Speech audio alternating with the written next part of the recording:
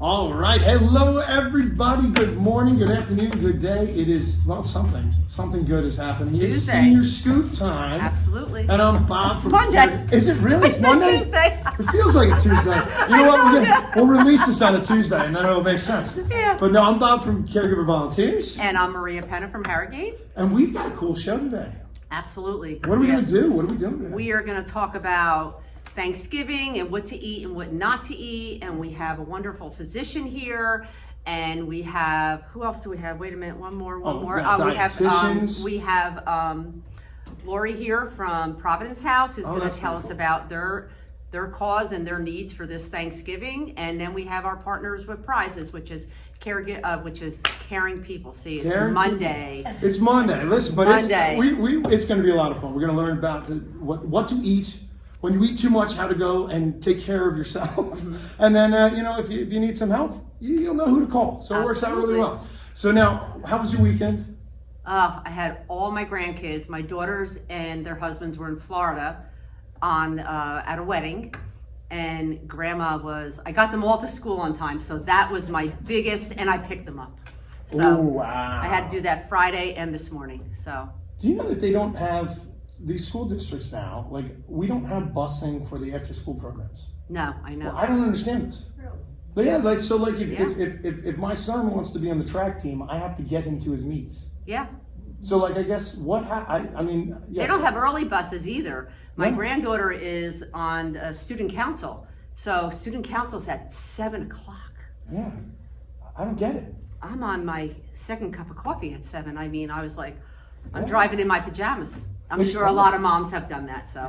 Oh, well, it is no joke. But the transportation thing, it's really crazy. If you want your kids in extracurriculars now, and so you got to feel the fun of that. You had the morning and the memories afternoon. Came back. Yeah, thank God they're all back home safely, and Grandma and Pop are free for the week. Yeah. I love it. I love it, and it's going to be a fun week. It's getting colder. It's holiday time. Everybody's in the mood. Yes. Turkey's about to be coming out. When you guys are hearing this, we're already going to be having the trees up. It's getting really fun. And with that being said, I think it's time for us to get this thing started. We've got our first guest. We're going to learn a little bit about eating and it's right here from Harrogate too, right? We've got a dietitian from Harrogate. So we're going to be right back, and we're going to talk about some phenomenal things that we're going to be eating. You're listening to the Senior Scoop with Bob and Maria. Thanks for joining us, and we will be right back. Welcome back. You're listening to the Senior Scoop with Bob and Maria. All right, everybody, we are back. We got our first guest today, Harrogate's own registered dietitian, Leslie Schwartz, a local expert who works directly with seniors to help them eat well, stay energized, and enjoy life. Welcome. Thank you. Thank you for having me today. It's really cool. I got to learn.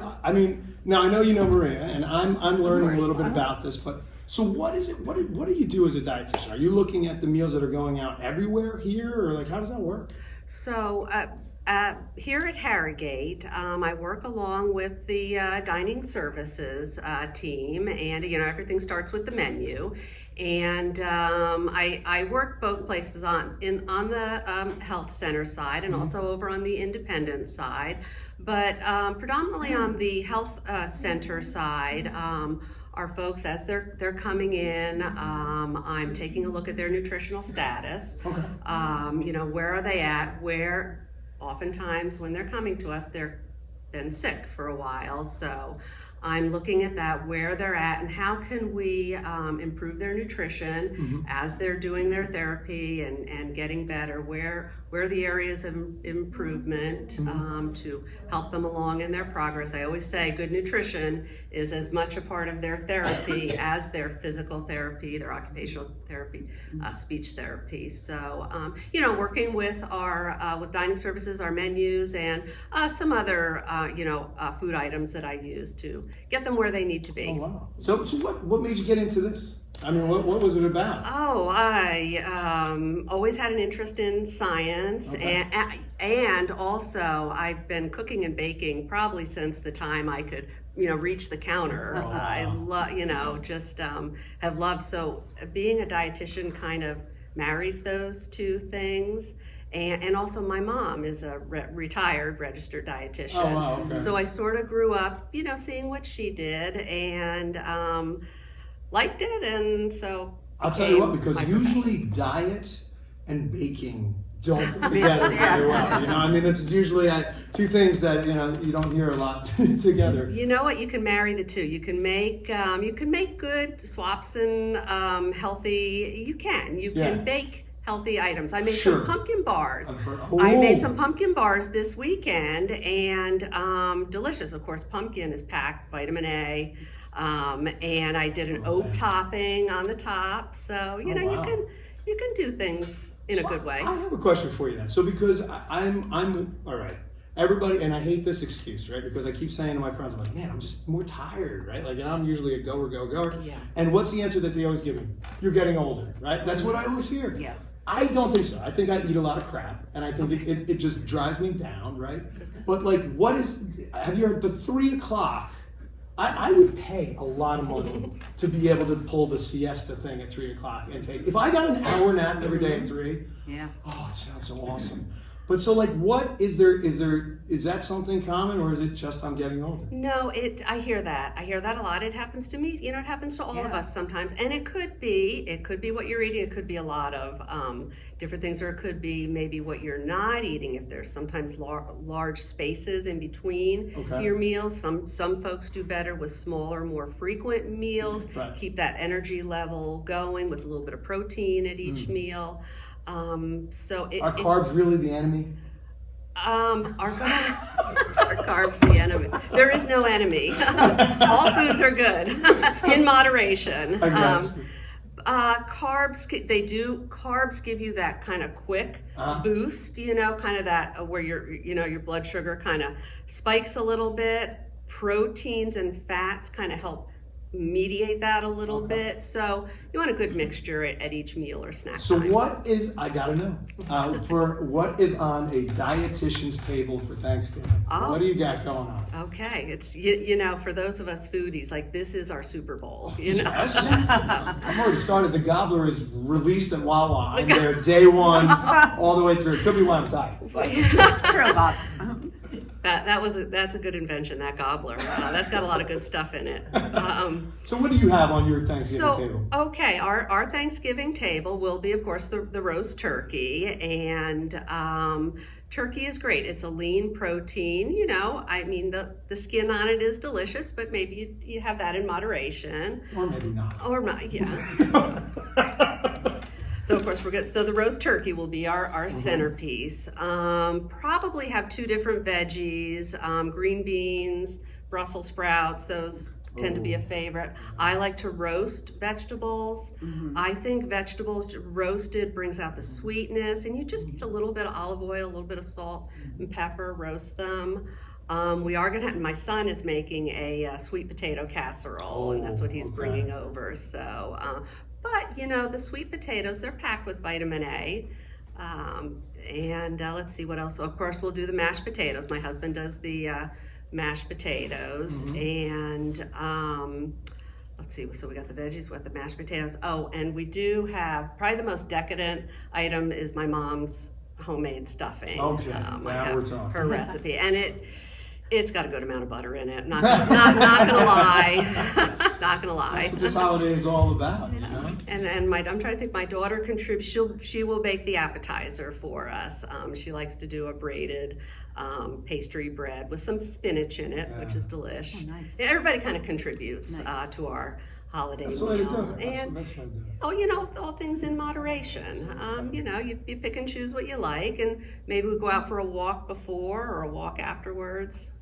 What are the pitfalls? I mean, like, I know, it's funny too, because like when you're on the protein diets and then you turn over, like your body actually can become like almost addicted to stuff, right? I mean, it's an amazing thing how quickly you can want the bad things.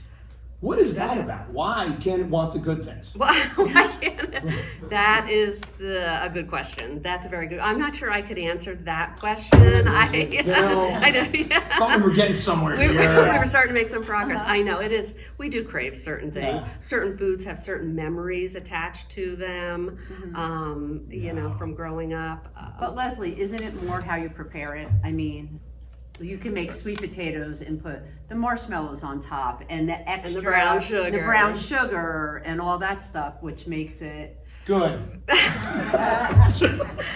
What is it about butter and sugar that just makes everything exactly. so good? Everything. Or you can take your nice sweet potato, cut it in half, and roast it. Exactly. And you've got just the deliciousness of the sweet That potato. sounds great. But Yeah, it's and we delicious. maybe we just put a little marshmallow Of on course, the just a top. little marshmallow. Dip it in marshmallow. It's fine. It's fine. No, but this is great. I love it. Now, how long have you been here at Harrogate? Well, let's see. I started here as a consultant dietitian. I was in a part of a consulting group of dietitians. We went to a number of different facilities. Harrogate was one of them. That was, I'm going to say that was about 15 years ago. Oh, wow. Wait, am I doing my math right? Around 2012, somewhere Okay. in that. So it was my first experience at Harrogate as a wow. consultant. Then in 2017, which I guess 8 years ago, Harrogate brought me on board as an employee Oh, that's of the cool. organization. That's great. Yeah, it's I mean, that's been a big wonderful. difference too. I think that's something that maybe people take for granted, because as consulting is one thing, but if you're here and you're seeing, because it's very nice to put together a menu, right? But it's a whole other thing to see how that is being accepted by the residents, the taste, but also the quality of life that the residents are getting out of it, right? So if it's, all jokes aside, it's what we run on, right? I mean, this is the way it works. If you put that in, that's what keeps you going all day, or not going all day. That's right. Put the good fuel in, and you keep going and going. Mhm. Well, with that being said, I think, you know what? I think it's time for game time. That's right, it is game time. Game time! Uh-oh. This is where we get serious. Now, Okay. I'm going to ask you a couple questions. I know that you're nervous. Trust me, you should be. Very much so. Now, here we go. Are you ready? Which holiday food is typically the lowest in calories? Is it A, stuffing, B, turkey breast, skinless, C, mashed potatoes, or D, the pumpkin pie? The lowest in calories Lowest in calories. would be the turkey breast. Oh, she doesn't even mess around. There's not even a guess jury. Do you guys agree? Is it the turkey? Yeah. Very good, guys. Very good. Now, Leslie, we're going to have fun with the audience and see if you agree or not with them. So our audience out there, guys, which nutrient becomes harder for adults over 60 to absorb? Is it A, B12, E, or potassium? If you remember, we actually went over this in the earlier Scoop episode. So I'm just wondering, guys, if you think it's A, put your hands up. If you think it's B or B12, put your hands up. If you think it is E, put your hands up. If you think it's potassium, put your hands up.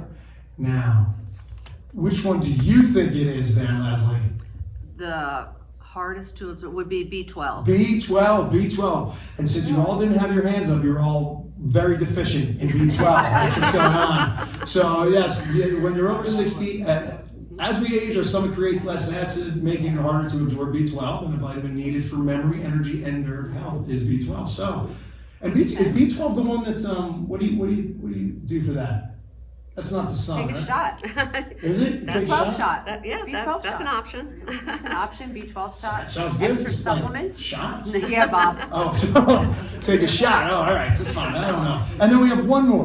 What's the simplest way? Actually, last time, listen. What is the simplest way to avoid overeating at holiday gatherings? Is it A, skipping breakfast, B, drink water before your meals, C, only eat dessert, I do like that one, or D, avoid the table altogether?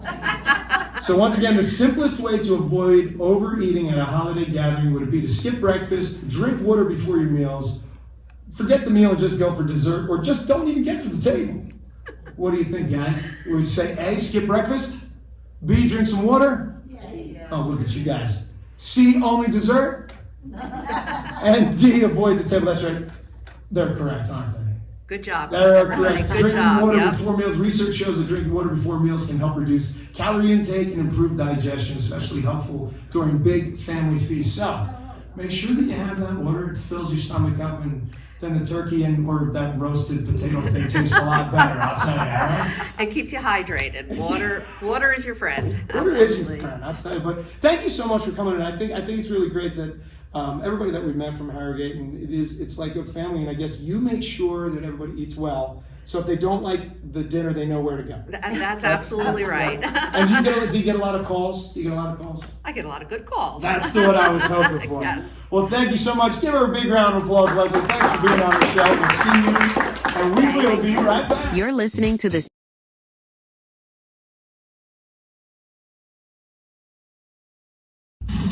Welcome back. You're listening to the Senior Scoop with Bob and Maria. Well, guys, guess what time it is? It is time for our RWJ CMC Corner. It's time for the Community Corner with RWJBarnabas. It's time for the Community Corner with RWJBarnabas Health Community Center. That's right, guys. We are here. It is the Community Corner, and we are here with our guest, Dr. Joseph Whitlark, who is a thoracic surgeon right there at RWJBarnabas Health. And just recently, we were just talking beforehand. So, where are you normally out of? Which hospital have you been out of mostly? So I've been here about 2.5 years. I was recruited out of Philadelphia. Out of Philly. Yeah, and I had been at Monmouth in New Brunswick, although I have been having office hours. We have an office across the street from community that we've been coming to, but Oh, wow. just simply didn't have the numbers to staff community until next month. Well, and you know, one of the most exciting things, I mean, we've had Pat on here, we've had some people, and we're just learning every week how much the growth is over there. And one of the things you had said earlier was that they're searching for the best. They're bringing in the guys and they're creating the programs, which is such a big thing. And when we talk about thoracic, and we talked a little bit, but what does that mean? Well, your thorax is your chest. So a couple different kinds of thoracic. So we have our heart, cardiothoracic surgeons, the fellowship we do after training in general surgery. And thoracic surgeons deal with everything in the chest except the heart. So we don't do bypasses, don't do valves. We're trained to do that, but we specialize in non-cardiac thoracic, we used to call it.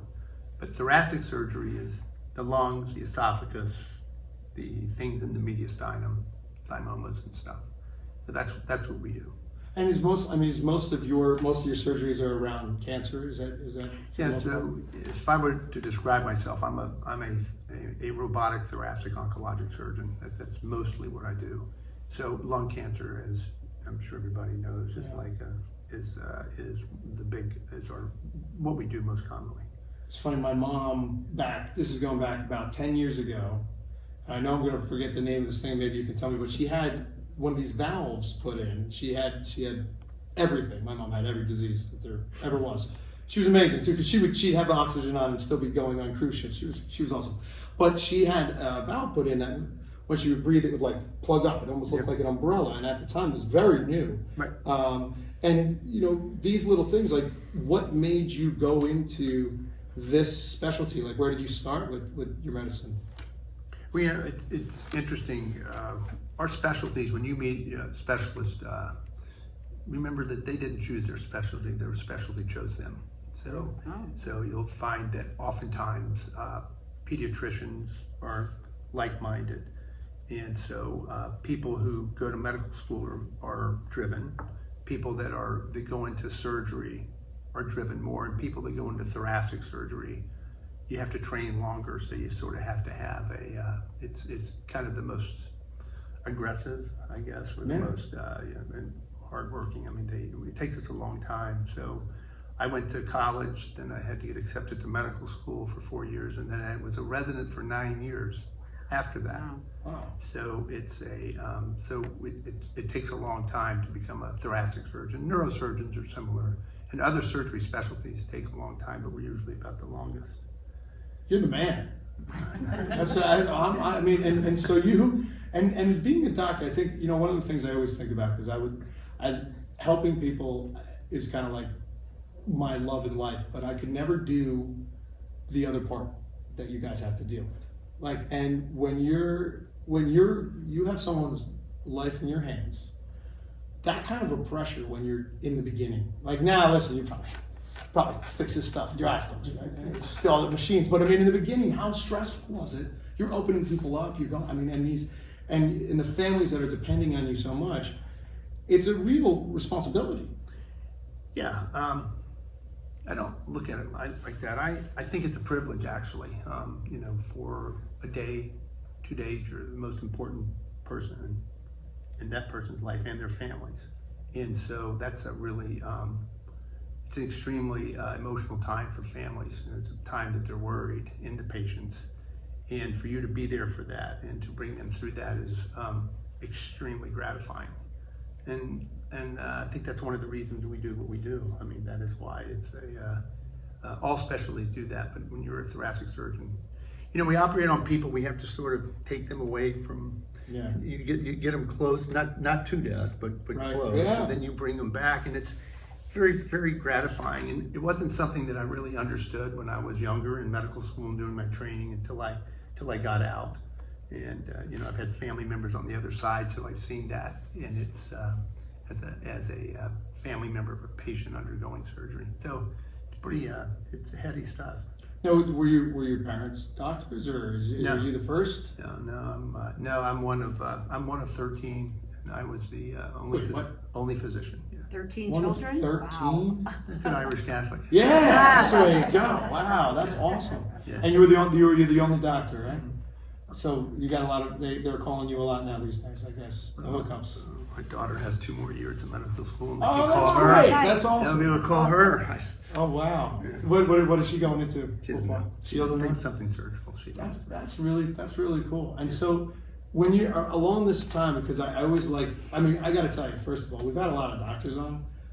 Your answers are amazing. And I love it because it's why we want to do this. Because I don't know any of the science behind what you're doing, and I do know that at that moment, just like you said, I'm trusting everything in this person I've never met. I don't know how this is going to go, and everybody has these questions about, well, would you like a doctor that has a good bedside manner or one that's going to get it done? And I think you'd be the kind of guy that gets both. And it seems like it's. I hope I never have to see it. Yeah. But I mean, it's really cool. Well, I have to tell you, I always like to get to know my patients. So I'm always typically, I want to know where they're from, kind of work they did, children, family history, what they did, and favorite sports teams, names of pets. I mean, I think it's important to make people feel comfortable, and people feel like you're not just a disease process, but you're. That makes it harder too, for you. I mean, that makes it tougher because the reality is that there are a lot of these situations are serious, and the more that you get closer to somebody, the harder it's going to be if things don't go right? And so, I mean, I know that as a defense mechanism, there's a lot of phenomenal surgeons out there that can't get to that level because that emotion can get in the way. So I do think it's a specialty. I don't blame doctors that can't do it.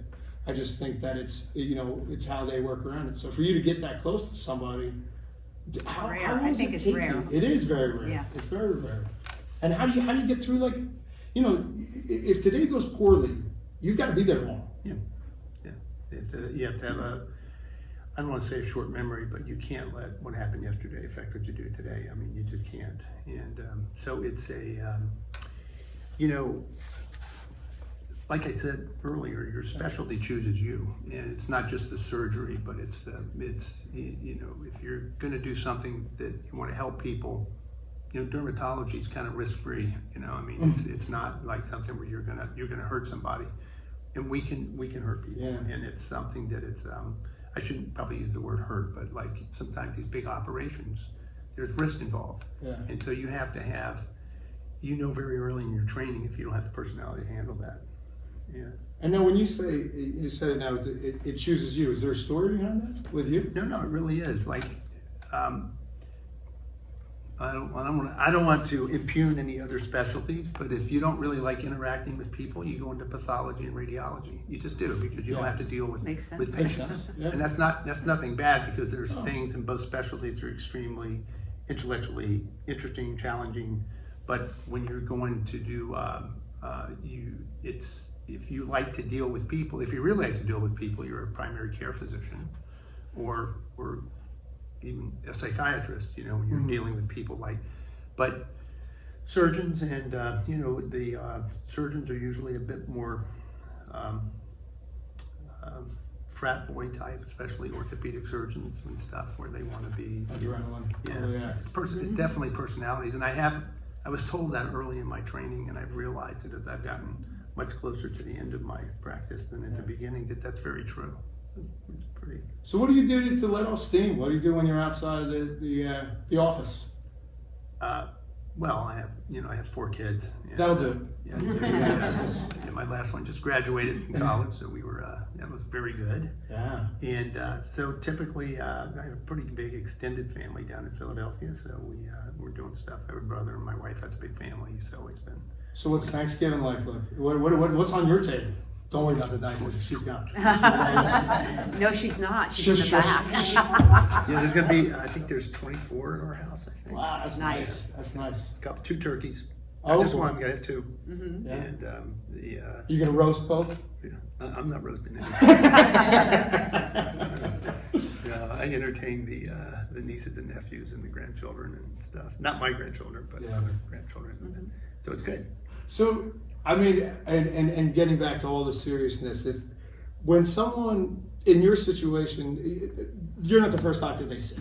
You're the surgeon. So they're this process, by the time it gets to you, there's something going on. Right. And so what happens, once the surgery is over, you hand them back to, so there's you've got to have a lot of trust with the people that are on the way up, all the information that you're getting, correct, right? Yeah, but a lot of that, it's not really, a lot of it's extremely objective. Like somebody will send me a patient that has a CAT scan, it's abnormal. I look at the CAT scan, it's abnormal. You get a PET scan, it's abnormal. You look at the PET scan. You look at, so when you examine the patient you've looked at all the studies they've had, so it's not exactly, it's pretty objective. It's pretty objective evidence of what you want to do. Well, to you, and that's what this is one thing that I've been seeing very much in common with everyone over there, and we've been talking about it, is whatever Pat's doing over there, he's bringing in people that care about people, and also understand that people are human, and even though that doctor that's handing it off is doing their best, it's also my job to check my own work and look at it. And that's what a real team does, right? You pick each other up, you don't beat each other down. And so the right people in the right places. And so it's very awesome to know that you're the guy that's behind what's going on in this thoracic program, because I mean, honestly, that's the kind of person I would want, somebody that gets that. Yeah, that's very nice of you to say. Well, I have to. It's just, I have a question. So, robotic surgery, you said you do the robotic surgery. So obviously years ago, there was no robotic surgery. What is the difference in the healing time? So I've been doing this for a long time. And when I first got out, the only thing we ever saw was open surgery. And it's, that's a big incision. For 4 hands to get in, your 2 assistants, and for your hands. So typically they were broken ribs. That was very common. And that's from 1933 until for about 60 years, that's how we did surgery in the chest. That's the only way to get in. And then thoracoscopic surgery came out. Thoracoscopic surgery was with smaller incisions, and you didn't break ribs, and you didn't make a lot. And that was great.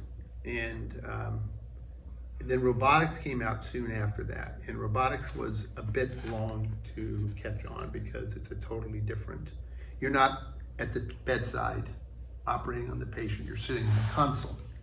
And the console, you have your face in the console, it's 3D, there's 2 cameras at the end of the scope in its end. And you, with your fingers and your hands, you're controlling the arms that are in there. It's extremely precise, it magnifies everything 10 times in 3D, and it's well lit, you can see everything. So, sometimes when we're operating and you have to go around organs and stuff, it can be difficult to see. This makes it really, really great. But it's amazing because about 1/3 of my career was doing open surgery, the middle third was doing thoracoscopic surgery, now the final third has been robotic surgery. And one thing about robotics is, as you guys know from cars and any type of device we have, it gets better every year. Things get better. I mean, 30 years ago, could we have imagined telling my car where I wanted to go and having it come up on a map, or having as I back up, look at the rear view as it shows. I mean, that's something I would never even conceived of. The robots get better all the time. They're upgraded all the time, and they have AI integration and stuff. And it's important to remember that we do the operation, though. That I tell patients, because a lot of patients come in and go, I don't want a robot operating on me. But it's not the robot that operates on you. It's the, I tell them it's like taking tongs when you're cooking, like Thanksgiving dinner, and you use the tongs to pick up food. It's the same sort of thing. These instruments are an extension of my hands and my with our pedals and stuff. And it's interesting too, because we drive cars, we don't think about it. After you've driven for years, you're not thinking about like starting the car, or putting it in gear or whatever we do, hit the gas and the brake. You're not even thinking about that. You're talking on the phone, or you're listening to the radio or whatever. You're not there because it's muscle memory. The same thing happens with the robot. You're not thinking about it, you're just doing it.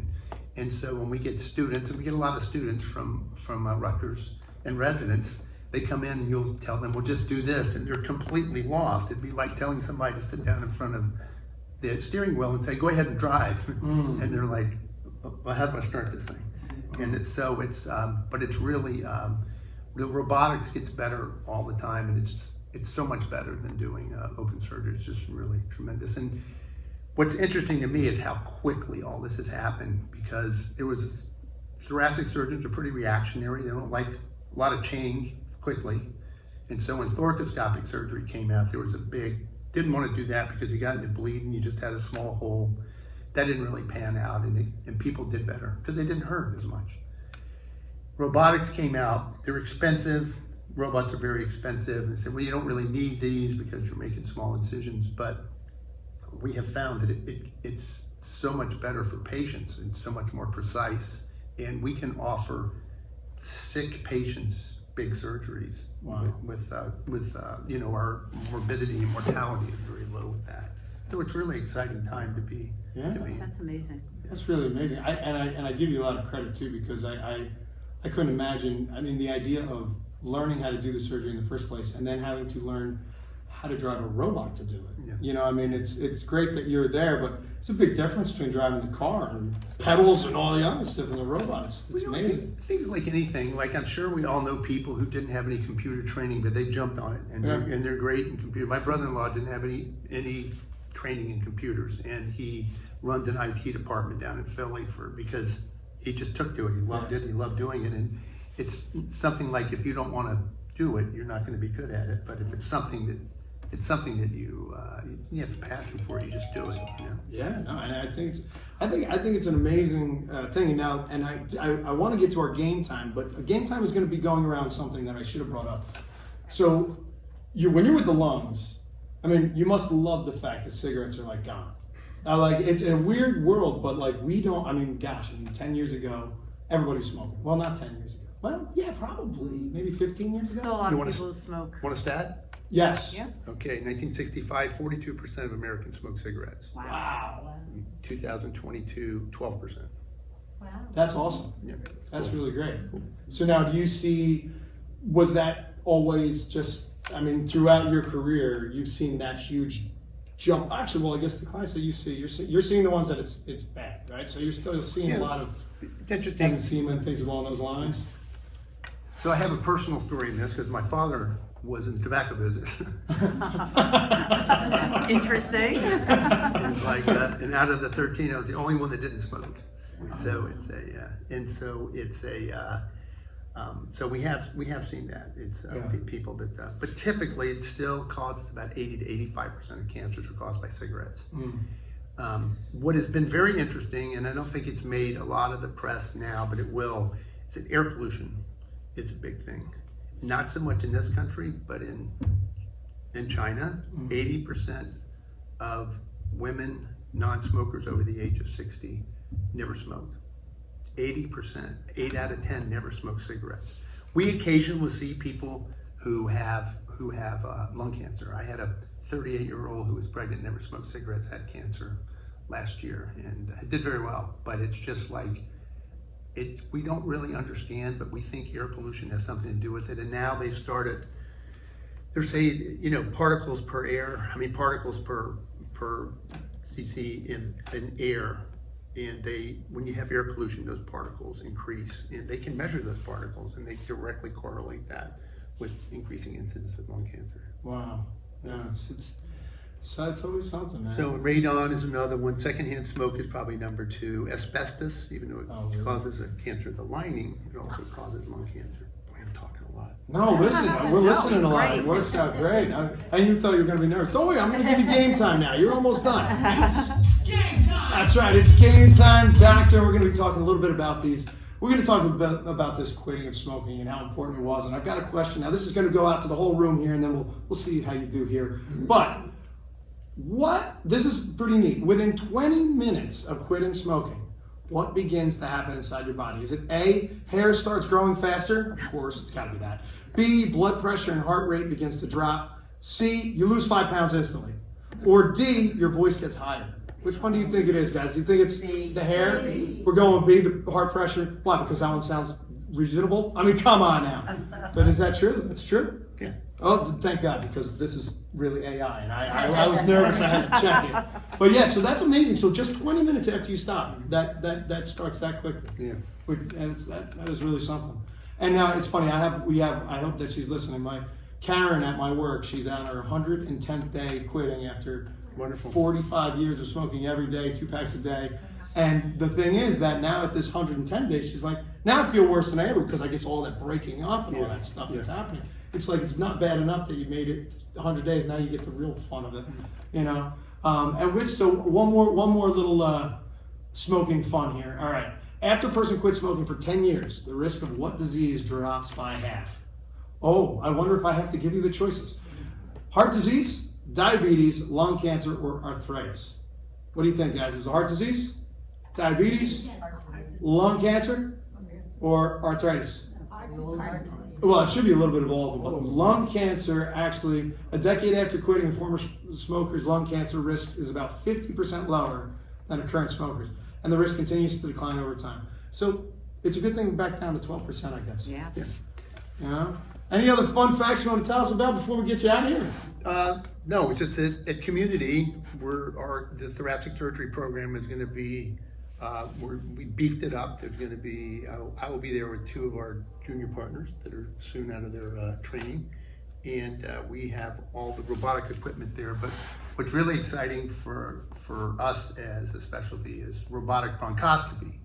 So robotic bronchoscopy is amazing. It allows us to diagnose any nodule in the chest, and you can, it has to be done with the patient asleep, but it's not surgery, it's an outpatient procedure, but that has helped us.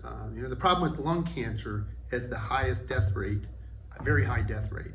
#1 in New Jersey and in the world, and it kills more people in New Jersey and the United States than breast cancer, prostate cancer, and colorectal cancer combined. No idea. Wow. Combined. Okay, I'll ask a question now. Oh, that. Okay, percentage, 5-year survival of Americans diagnosed with prostate cancer in this country. 5-year survival. Everybody diagnosed with prostate cancer of men. 99% 5-year survival. Wow. 99%. That's insane. Okay, breast cancer. 80%. 90% survival. Colorectal. That's lower. That's definitely a little lower. 70? I think. 70%. Yeah. Very good. You cheat. I am. Lung cancer. 50? It's gonna have to be lower. 28. Oh, really? And 28, and it's doubled in the last 10 years, 15 years, doubled. Wow. There's a lot of reasons for that, but one is has to do with finding it. If you have breast cancer, you're getting a mammogram as a female without any signs or symptoms. You're getting a mammogram, breast exams. Colorectal, gosh, how many people? Katie Couric effect, right? Everybody gets a colonoscopy when they hit 50, now it's down to 45. And then you have prostate cancer, you can just check blood work for that or digital exam.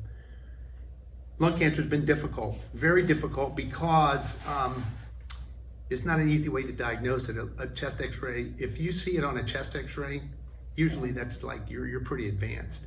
The problem with lung cancer is when we get to there's 4 stages. When you get to stage 3 and 4, surgery is not nearly as effective. And if you ever have lung cancer, you never want your doctor to tell you you're not going to have surgery. That's not good, because surgery is the way it's cured.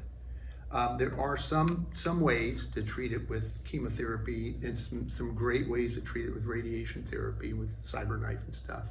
But you really want your lung cancer resected. And we do that robotically.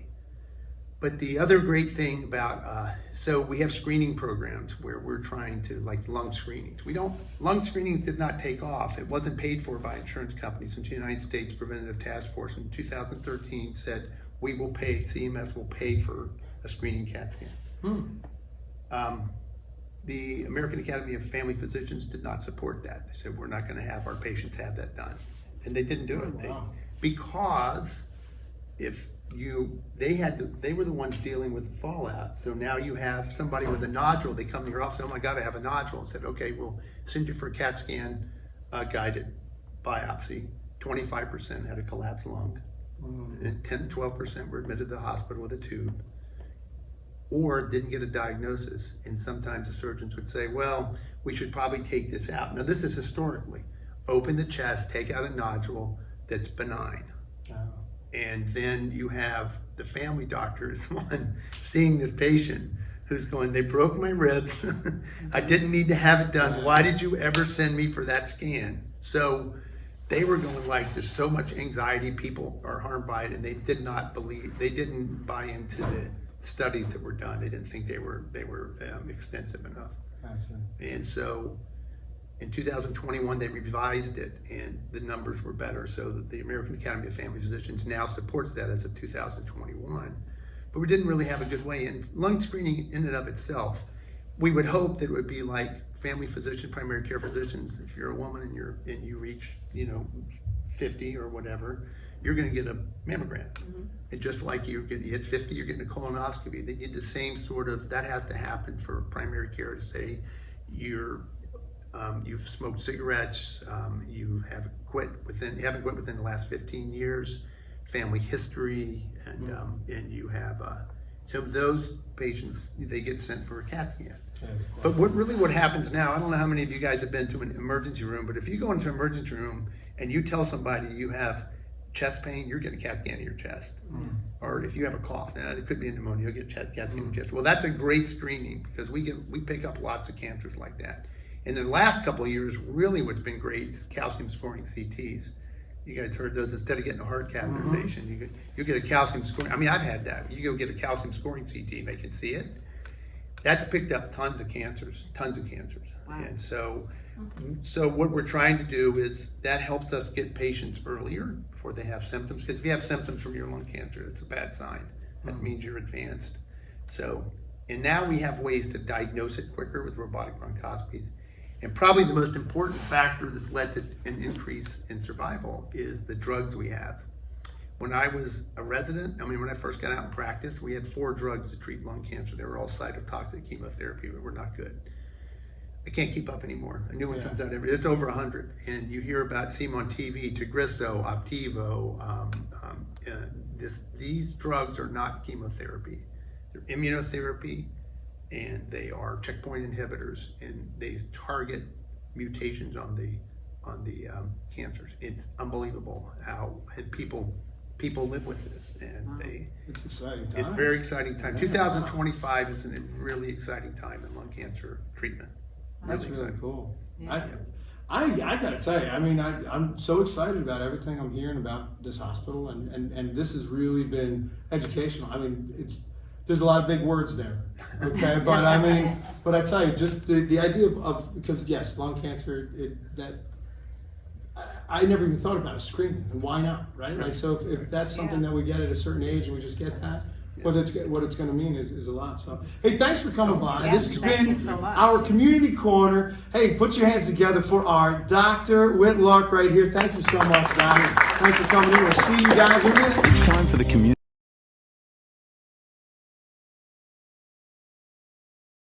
You're listening to the Senior Scoop with Bob and Maria. Thanks for joining us, and we will be right back. You're listening to the Senior Scoop with Bob and Maria. All right, everybody. Well, welcome back. This is actually kind of neat because I've been at a couple functions with you, actually with the Rotary in Tom's River. Okay, I did not know that. Yes, and so everybody, this is Laura Toole. She's the director of Providence House. And you got to learn about Providence House. I learned about it when I had the home care company, and actually Tracy was the one that told me a little bit about what you guys do. And over the years, I've just seen all the impact that you've had, and I think it's really amazing. And this is something, especially around the holidays, when we're thinking about not just ourselves but other people. This is one of those situations where you've been around for a long time. It's part of Catholic Charities. You help a tremendous amount of people, and I would say those that are donors and give to you guys, it's not one of those ones that they put it out there that much. It's usually an inside, something that they, I've been to the fundraisers, I've been around the groups. It's more of a mission to them than just a place that they donate to. And so tell us about Providence House. Tell us about how you got involved in this, and what do you guys do over there? Sure, I'm happy to. Thanks for having me. So my role is actually the Community Affairs and Education Manager. I just don't want to go back in the director, saying, right. Hey, why didn't you correct that? So I've been at Providence House about 16 years. Wow. I started as a music therapist in our children's program. So that's still a very special program, to me. We've still got that going, a creative arts therapy program for child witnesses of domestic violence. Wow. But I've been in this role, it'll be, I guess, 2 years in February or March, of being able to take the work that I've done in direct service and bring it out to the community. So I'm always out talking to people, telling them what we do, doing some education about domestic violence to clear up some of the misinformation that's out there about how domestic violence, exists within our cultures. So that's a big part of my job, is kind of getting out there and talking about it. It's a hard subject to talk about for a lot of people, but it's important. So Providence House tell us, what do you guys exactly do? Sure. So we serve survivors of domestic violence within Ocean County. We have a 24-hour hotline. We look at that as sort of the gateway into our services. Okay. So, if somebody might be calling for shelter placement, we have a shelter. So when people are in situations where they're no longer safe where they're staying, they may come into our shelter. We provide everything that they need in shelter. We're going to be providing clothing, toiletries, food for themselves and for their children if they're bringing children into shelter as well. And then in Whiting, where I work at our outreach, that's all of our wraparound services happen there. So we provide individual and group counseling, and I should say everything we provide is free and confidential. Wow. We have legal advocates who help with the restraining order process, which is really important for so many survivors. I talked about our children's program a little bit as well. We have liaisons who work for us, but with DCP&P, formerly DIFUS, Child Protection. We actually have an advocate who works with older adults as well, specifically to help with the dynamics of domestic violence in those situations as well. So we have a lot going on. Yeah. We want to make sure that we're there for everybody and anybody who is a survivor. And it's kind of funny too, because when you talk about, domestic violence, it's maybe, if you haven't been part of it, or if it's not something that's been in your family, you might have a vision in your mind, right? And although that does exist, it is such a process before they get the bravery to actually come and see you guys, and it's so much more widespread than people think, right? And I mean, I would say that there's so many people out there that are abused, and they've been abused so long that they don't even think of it as abuse, and it's holding them back, and so when they get to you, they're at their wit's end, right? And I mean, it's just that straw that broke the back. Now they're out, they've got their kids, they've got no idea what they're going to do. In some cases, I'm sure accounts are frozen, they can't access any money, they can't access anything. And then whoever that person was, that's when the anger comes out, and that's when they get really bad. And so what they can do to you just on a credit-wise or who you are. So you guys, you have to be a helping hand, you have to be a shoulder to cry on, but then you also have to get into that, what are we going to do next? And so you take that whole process with these folks? Is it like, if you're strong enough to leave, come on over here, we're going to help you? You don't even need to be planning to leave to come and see us. Our job is not to tell someone to leave a domestic violence relationship, because we recognize that is often the most dangerous time for a client. So we want to provide options. We want to provide safety planning. Of course, our hope is that people are going to choose violence-free lives, but we recognize that that's a really hard decision sometimes and can put survivors in danger. So safety plan is number one on the hotline, at the intake, at their appointments, we're safety planning. We're providing options. Say somebody's thinking about leaving. What does that look like for you? What hurdles do you expect to come your way? What has happened to you financially? And thank you for bringing up financial abuse, because I think a lot of people don't recognize that that's a part of domestic violence.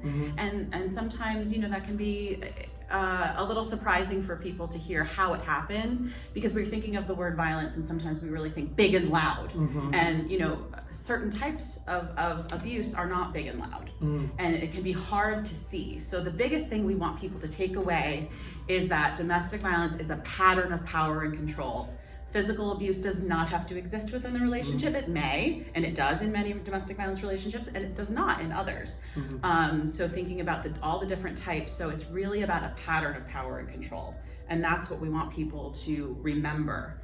That's a really important piece, because some of it does come in a way that suddenly somebody finds themselves somewhere and say, how did I get here? Because it's not always big and loud right from the get-go. It often is not.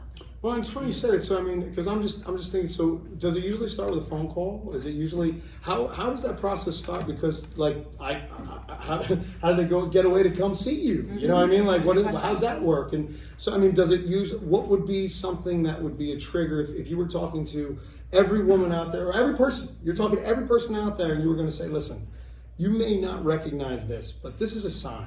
This is something that you need to look a little deeper into to make sure that it's okay. What would that be? Is there a sense of just feeling trapped? Is it a sense of feeling like, what do you think it is, the beginning stage, before it gets real bad? What are some signs that somebody should be looking into in their relationship? There's actually, you could look up like the 25 red flags. There's lots of red flags. So a relationship moving too fast, too soon, right? The I love you is immediately wanting to be together. Isolation is one of the most powerful tactics that's used sometimes, but it's also tricky. It could be, I want you to stay close, or they might be saying something along the lines of, your best friend doesn't really care about you. And then suddenly somebody's gone down the line so long where suddenly they've lost connection with people. So isolation is I think one of the biggest red flags that we can see. There's quite a few of it. And what our work is to do the psychoeducational counseling, so that clients can see everything in black and white in front of them, to say this is what it can look like, right? And again, it's a pattern. We recognize that in relationships, sometimes there are things that happen that are isolated. Obviously, if someone's being physically assaulted or anything, that's very serious, and we want to take that seriously. But what we're looking at is patterns. Yeah. It's amazing too. I'm wondering how. Do you find that are you seeing less of any age group as we're going through this new time of because now, there's a little bit more power that people have. I'm sure that, actually, I guess it's going to go both ways. You probably had a ton of abuse years back, but it wasn't talked about, and now I'm not going to say it's easier for people to leave, but I think people in general, hopefully, I'm looking at my kids, it's not the attachment that it's just a different world, you know what I mean? Yeah. So I think that people feel a little bit more empowerment, they feel a little bit stronger. Of course, it depends on how you were raised, of course, you know. But are you seeing any difference in this newer generation, the different kinds of abuse, or is it, because I know the mental abuse part is really like the isolation. It doesn't have to be physical, but if you're keeping someone away from everything. My son's 18, and he's going through that first girlfriend who said she's going to kill herself if he leaves, right? And I hate to say that like that, but it's like it's horrible to be in these situations and see yourself against the wall and not know what to do, because your heart's saying one thing, your mind's saying another, and just like that, it's a tactic. And I know that this girl doesn't know she's being abusive, or the guy's not sitting there going, I'm abusive. It's just the way that they are. So how do you get away from someone that you think you love or you do love, when you actually, you know what I mean? It's just very deep. It's I don't know how to there's do a it. lot there to unpack. You bring up a lot of different things, and Let's I do it. I can talk for hours. I won't do that. But it is interesting generationally what we see. So you're talking about younger generations. Yeah. So we have access to information a lot more than we used to. So we want people to know there's a domestic violence agency in every county. We want you to know there's help out there. It is free. We also want you to know it's confidential, and that is, we take that so seriously. Yeah. We're not talking to anybody about you unless you're signing a release with us to say, you know, you can share my information. So I think that's really important. When we talk about generations, younger generations, now technology, the way technology is utilized within power and control is really terrifying, I think, in a lot of ways. When we think about older folks, I think sometimes there's still a stigma for reaching out for help. So that's one of the things that we really want to encourage people to say, what we're doing is confidential. And, you know, I think we're talking a lot about, you know, intimate partner relationships, but domestic violence is not always an intimate partner relationship. It might be an adult child who is being controlling toward their adult parent who maybe, you know, needs some help with their finances or something along those lines where suddenly or maybe not suddenly, maybe over time, the control is happening. And it might not just be financial, it could be emotional, verbal, whatever, physical. And sometimes it's not as obvious because somebody may not be speaking up, but we want people to know that we're here no matter what. And if you are not sure if you might be experiencing abuse, call us. I think that's the most important part, because I mean, we like you said, you can talk about hours, but if you feel weird, just make the call, right? And it doesn't hurt. You make a call, and you guys can help just talk that through. And with the holidays coming up, what kind of needs does this organization need? Come on, there's got to be. What is happening? Do you guys do any holiday stuff? I'm sorry. I have one question for you, please. because you were talking about the ages. So what's the minimum age? Like if you had a 15-year-old girl call you and say, I have a boyfriend, he's being abusive, is that okay, or do you need a parent consent? Generally we would need parental consent, I believe, for a 15-year-old. Okay. I'm trying to remember at 16 if parental consent is still needed. There's a I was window just between that because 16, sometimes 17 mark. these younger kids, they get in these relationships and they become so emotional and you know abusive, and you know. Yeah, we've certainly worked with teenagers before, and we also want them to understand the law and how that works, because there's very specific things when it comes to restraining orders, the age of the perpetrator versus the age of the victim, things like that, and we want to make sure that education is available. So we don't want any survivor to not get the help that they need. So we would always say, you know, call us. But for a 15-year-old, we would need parental consent. Okay, and then up to any age, correct? Up to 16. any age? Up to any age. Oh, up to any age. Yeah. I believe we've had folks in their 90s in shelter with us. So there's no. And you know, domestic violence doesn't really discriminate, right? It's everywhere. And what I always tell people is, whether you think you know someone who's experienced domestic violence or you think you don't know anyone, you do. Everybody does. Unfortunately, I hate to say that that's the fact, but unfortunately. And I think there's a lot more questions. Just recently, I actually went to an attorney with my mom, who's 96, gonna be 97. And when we first got there, because of her age, they separated us. And they asked my mother, do you want your daughter here? And she's like, yeah, why? And she said, are you here on your own will? And they took me, and they said, you know, they asked me questions, and I'm like, what's going on? But it has to do with the controlling of people's money.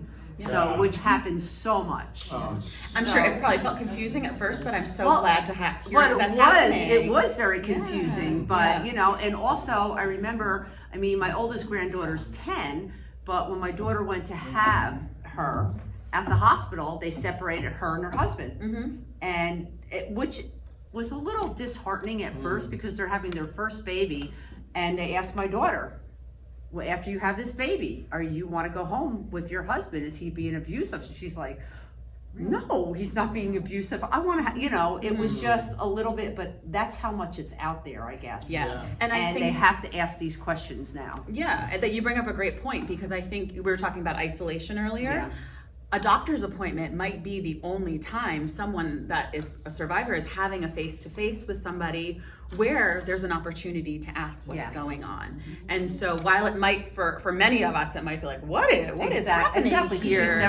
Hopefully we'd have the perspective afterward, be like, oh, okay, maybe, you know, that's gonna help someone along the way.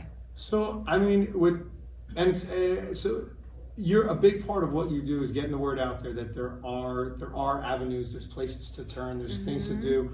What's is there a number that they can call? Do you know the number offhand that we can I do know put that out there? number. What is our number? What is that number? Our hotline number is 732-244-8259, and it is there 24/7. 24/7. There's always a staff member. We don't have volunteers on our hotline. It's a trained staff member who's trained with the domestic violence. So, and with the holidays coming, I mean, Yes. what do we? I didn't get there yet. No, but I'm saying, I so like, is interrupted. this a very busy time for you guys? This is an extremely busy time. So what we do for Thanksgiving and the holidays is we collect donations from the community, and we're very, very fortunate that we have a lot of support. But I think, like every nonprofit, Tough year. we're everybody's struggling, and we're part of that too. But we're fortunate that we have people who are coming. So what we do is we put out wish lists for both Thanksgiving and the holidays.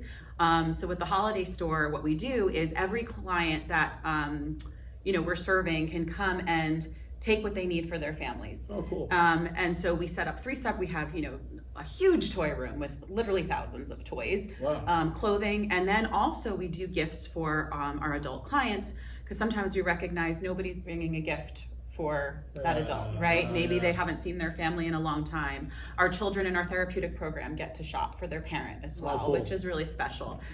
So we get lots of donations that come in, and it takes kind of an army. I'm very fortunate. We have a lot of volunteers that I work with, and we have some groups that also come in just for the holidays to help. They're wonderful people who can come in and just get it done, which is because there's no way I could do this by myself. That would be terrifying. So the nice thing is we're kind of a one-stop shop for our clients for the holidays. I feel like sometimes they might have to call a couple of places to get everything that they need. But we want to make sure, grab a bag or two of groceries on your way out with your toys, with your puzzles and your games and your stuffies for your kiddos and their new pajamas. And, we just had someone do an amazing coat drive for us. We've got all these coats ready to go as the weather's getting really cold. So how do you help? Like, is it all canned goods? Is it like what are your? Are they presents? Are they toys that have already new toys? Like and just where do they drop them off? How does it work? I'm so glad you asked. Oh, look at this. I can tell you. Well, Harrogate is a very big supporter Yes. of Providence House. We did a gift card drive this year, and I had given Lori all the gift cards before we started today. And we're going to be doing a toy drive for them. We're going to be doing a sock and glove drive. So anybody can drop off any toys or anything. I'll have the boxes in the lobby, but they can great. drop them off to us. And also, when we do some of our networking meetings and so forth, I'm asking people to donate toys. Thank you. And I'm leaving some wish lists here as well. We have people drop off to us all the time. When someone has a large collection, either myself or one of our volunteers will go out and do a pickup to get everything, over. I'm like running out of storage as we speak, which is a good problem to have. But everything should be new. Yeah. Right. Right. We do ask for all new donations. There's a list where it breaks it down by the That's toys we're cool. looking for. The one challenge we have sometimes is really getting enough for teens. So gift cards are a really big deal for us. We can't use our grants to buy gift cards. It's not something that happens. So, somebody wants one thing for Christmas. Imagine a kid going through so much and then just wants this one thing, right? We don't know we're going to get that thing. So it's really nice to be able to say, you know what, here's an Amazon gift card. Here's a Visa gift card. You can run to Walmart and go get that or whatever it is. That's great. We really try to do the holidays, and it's wonderful for us as staff. It's our favorite time of the year. Once we're set up, Right. Once we're set up, it's an amazing time of the year. Well, you're a special person. I mean, this is 16 years you've been doing this. It's a great cause, and I know that just like with the doctor, there's a lot of rough days. There's a lot of rough days, I'm sure. And so you're doing what they say. You're doing God's work, and we appreciate it. But Speaking of that, we are part of Catholic Charities. I didn't mention all that. right, We look are at that. Catholic Charities Diocese of Trenton. We have over 100 programs within 4 counties, and we're one of those programs. So I should mention that too, because Catholic Charities does quite a bit. They do. We've got one other program here in Ocean County that does quite a bit. It's our community services program in Brick, which provides tons of donations. They're great. They have a lot. They have a lot of people through. So we actually send them all of our excess donations. If we have anything extra, we send them up their way. So we're making sure everybody's getting taken care of. That's awesome. That's my hometown. Yeah. I love Brick. It's good stuff. All right, so I got to play game time with you now. Oh, here we Don't go. worry, Here we fine. go. You'll be fine. I'm going to make it easy for you because I think that these are really important for people to know. So, How many days per year does Providence House Hotline operate? Is it 12, 36, 365, or 1? I'm answering this for Yes. the audience. 365. 365 days, guys. You got to know We're that. always there. Now we're gonna play with the audience here. This Okay. is we're gonna see if you guys remember this. This is actually a very neat thing. Do you guys remember what therapy did Lori originally train in? Was it cognitive behavioral therapy, drama therapy, music therapy, or physical therapy? Wow, look at these guys. They're listening to There you it. go. Thank you. That's pretty cool too. Music therapy. Yeah, that's awesome. I think it's an amazing thing. We have the Music Connection program, and it's an amazing thing what music can do. It really is. It's really special too for the kids that we work with. We have, we could have multiple different creative arts therapies within that program, but if you think about what they're witnessing, this sensory experience, and they get to come in kind of with the language they know, they're coming into play, right? They're coming in to create, but when trauma happens in a sensory way, the healing also happens in a sensory way. We're listening, we're creating, we're making. We have a art therapist. We have 2 music therapists on staff as well. Oh, wow. Additional. I don't do the music therapy directly anymore, but You're always we watching. have a. I do head over there. Always over there. They're amazing. It's a wonderful program. So we're very fortunate. I got one more question for your music therapy. Let's see how good Okay. you are Oh. here. There, old therapist. Which is a proven benefit of music therapy for trauma survivors? Is it Oh. improves eyesight, improves appetite, removes nightmares entirely, or reduces anxiety and stabilizes the heart rate? I'm gonna go with the last one there. Well, you did well there. It says that singing and rhythmic breathing can physically slow the heart and calm the nervous system, a technique used in trauma recovery programs and a big part of music therapy. Thank you so much for Thank coming you. on. And It's a please, pleasure. guys, you know Thank what? you. This is not just the one time of the year you're listening to this. Donate. Just go check it out. Providence House. They're awesome people. We got some cool wish lists. I'm definitely going to get some stuff on here. Oh, thank I you. mean, for your kids. Thank you guys so much. We'll be right back. You're listening to the Senior Scoop with Bob and Maria. Thanks for joining us, and we will be right back. Welcome back. You're listening to the Senior Scoop with Bob and Maria. Well, guys, we are back, and it is the part of the day that everybody here loves the most, as it's Partners with Prizes. Now it's time for Partners with Prizes. That's right, our Partners with Prizes. Today we have we've got Kim and we got Tracy from Caring People. And actually, you know what's really funny is I used you guys, all right? So we're going to be talking about that a little bit. But yeah, so everybody here, we've been learning a lot about home care, and I got to get into my story with Tracy. But these guys are here. They brought us some nice prizes. We're going to talk a little bit about Caring People, the difference between Caring People and some of the other organizations out there, and also about these wonderful people that are going to tell us why the hell they got into home care, to be honest with you. So welcome to the show, you guys. Welcome so much. And Thank you for having us. yeah, Thank I you. know you, Trace, but Kim, tell me about you. Oh my gosh. So I have been in healthcare for 25 years. I started back in 2000, a long time ago. Yeah. So in a few different positions. And I've been with Caring People for 8 years now. Oh wow! So, yeah. Congratulations! Yeah. And kind of like a baseball career. When you're in home care, every year is like 10 years, right? Yeah, It's like if you make totally. 25 years, man, that's Yeah. professional. Yeah. And the reason I say that, we joke about it because, from the side, like when I was told about home care, the idea you're helping people, but the truth is it's never a phone call somebody wants to make. Right. You're not answering a call for someone that just won the lottery. Right. These aren't happy people buying a new car. These are services that people aren't really excited at the fact that they need. And there's a big expense, and what people don't really get is that expense is the protection side of it. We pay a lot for that insurance to make sure, because people are in your home, they're taking care of your loved ones, and there's a lot that goes into it, which I learned from you, Tracy. So Tracy Connolly, wow. Tracy, you've been doing this for how long?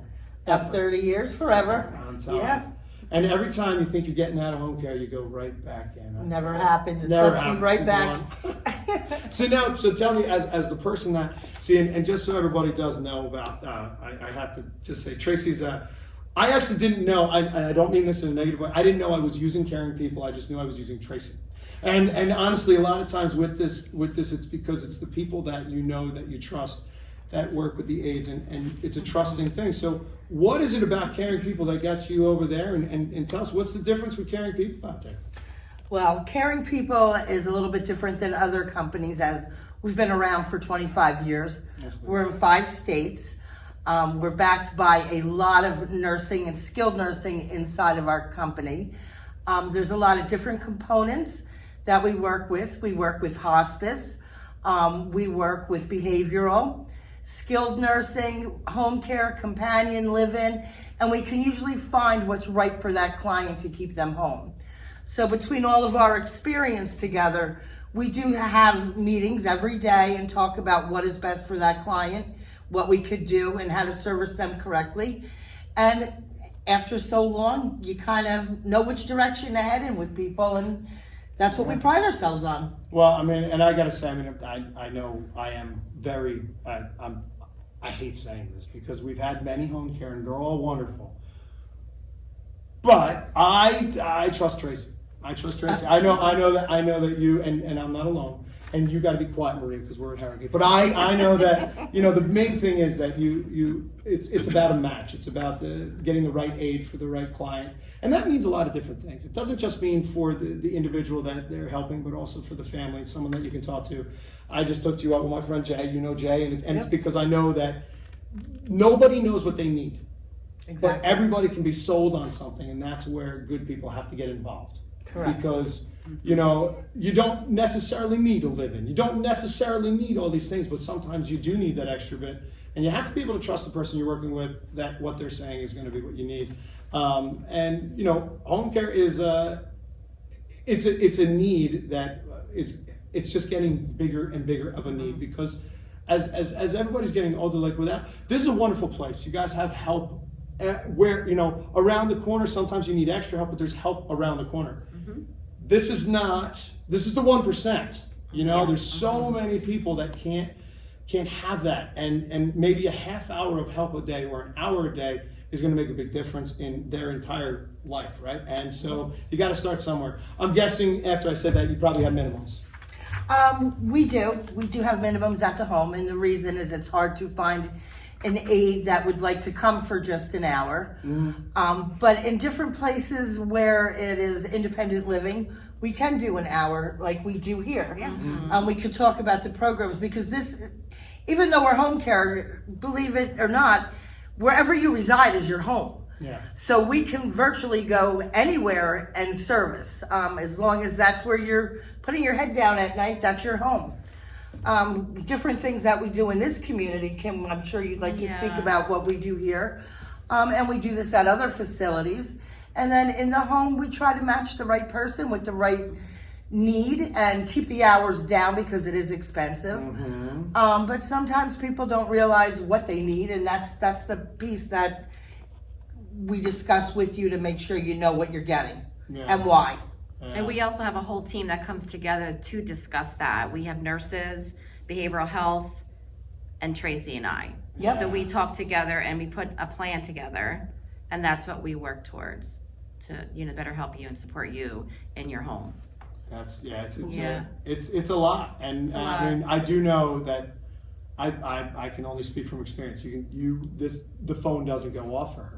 Tracy was the best. Tracy would shield me. Tracy knew the things that would drive me nuts, and she would shield it. And it was always, but we were always about the client. And that's what I really loved about it. So I mean, and that's a big business, you know, when it comes to home care because it is tough. It's a tough thing out there. So helping people and doing it in the right way, getting that right aid. Carol was awesome.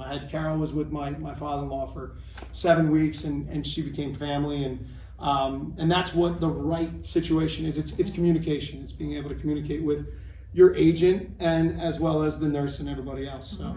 And finding what fits your family, who fits your family. Some people aren't comfortable with someone who speaks very loud like me. They want a more quieter person in their home, or they want their privacy. And it's letting that aide know and finding that right aide.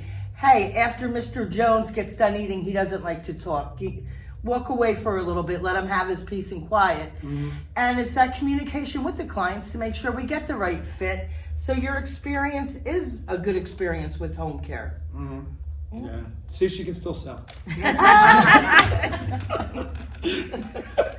I can't believe I'm sitting here with you right now. This is going crazy. But I mean it though. That's I live my life around that. You know what, Lo? That's the thing. You were very, I can't. You really care. I mean, I know that so much, and I just love you. But I can't keep talking about you like this. Now listen, we got to give these people some stuff. All right, and this is the part that we came for. Did you guys bring a nice little prize? Because it is. Now it's time for Partners with Prizes. That's right, everybody. Get your tickets out. It's time of that day where somebody's going to win an amazing something. Yeah. What is it? Ooh, what do we got? Gift cards? Oh, wow. Okay, so the Plaza El Mexico, which is up the street. Right around the corner. Has anybody been there yet? It's good. It's real Great good. margaritas. I was going to say, really good margaritas. A great kind. And this gift certificate, well, let me just tell you, enough to get you hammered. All right, let's just put it that way. That's all that matters. The bus will be on its way a little bit later. Now, could you imagine? We should bring everybody there. Yeah. We need to scoop from there. All right, so guys, now all kidding aside here, we do have a gift, so everybody get your tickets out. You guys get to choose the ticket. Hold on, I gotta shake it up because they always yell and I didn't shake it enough. All right, get in there, Chase. Go to the bottom. Get a ticket. Oh, today's winner for the wonderful ticket is going to be 367-51245. Who's got 244? You are the winner! Guess who's getting margarita time? Yeah! I love it. Thank you. You gotta get those. All this stuff.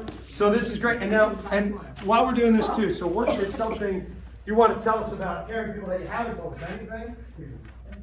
Thank you.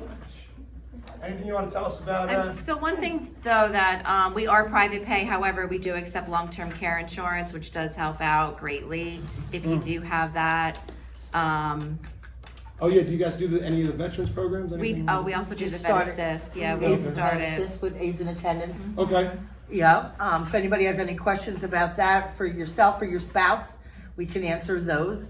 And we do have different programs that, like Kim. So within this community, we provide a rise and tuck service. So it's in the morning and in the evening. So it's billed by the minute. Yeah, So it it's can be amazing. Yes, and that's a great That is service great. because some of these residents are so independent, they don't need a lot of care. No. They just need that little bit of help in the morning just to get their day going. So there's the minute service, and then we also do anything from 1 hour and up. That's huge. So, and we do the medication pre-pours every other week. So we have a nurse that's Crystal, everybody knows Crystal in the building. She comes here every Wednesday, she gets her roster and off she goes and she does the med pre-pours. That's cool. We do have full-time staff in the building during the day and in the evening. So we staff as late as 9 o'clock at night. Oh wow. Yeah. Oh, that's great. So yeah, so that's a great service that we provide to the residents here. We know them, they know us. They know everybody in the office. We're like a little family. If they can't get me, they'll call Paulette, who's our branch administrator. They'll call the staffing coordinator. They know, they'll find us. We're here. That's great. I mean, and that's a wonderful thing. I wish work we good could with- figure we have a that good out, team. right? In the communities to do something like that because it's true. A I 15-minute yeah. morning and Well, 15-minute night can get a lot of people through. Yeah. Yes, it's like that med reminder or just helping them with their tent stockings or getting their pajamas on. You know, or it could be just getting their clicker, making sure everything's right there for them. Yeah. It's stuff like that really, we maybe don't think about that, but they it's a need lot. that. Yeah, It's it's, a a lot. lot. Especially, I mean, it's just the littlest things, and it is true. I mean, I'm no good in the morning. All right, that first like 20 minutes, it's no good, man. Like I know it's just, and it was funny too because with my father-in-law, that first, there's just some things. That little bit of help gets you going, and so being able to offer that's a great partnership that you guys have. But man, thank you so much. Thank you so much. I know you guys have your cards here, so there's going to be cards in the back. There's another great company to speak to, and we have just done it. You guys have a great afternoon. We'll see you all again. Thanks, everybody. Thank you. It's time for the Senior Scoop with Bob and Maria.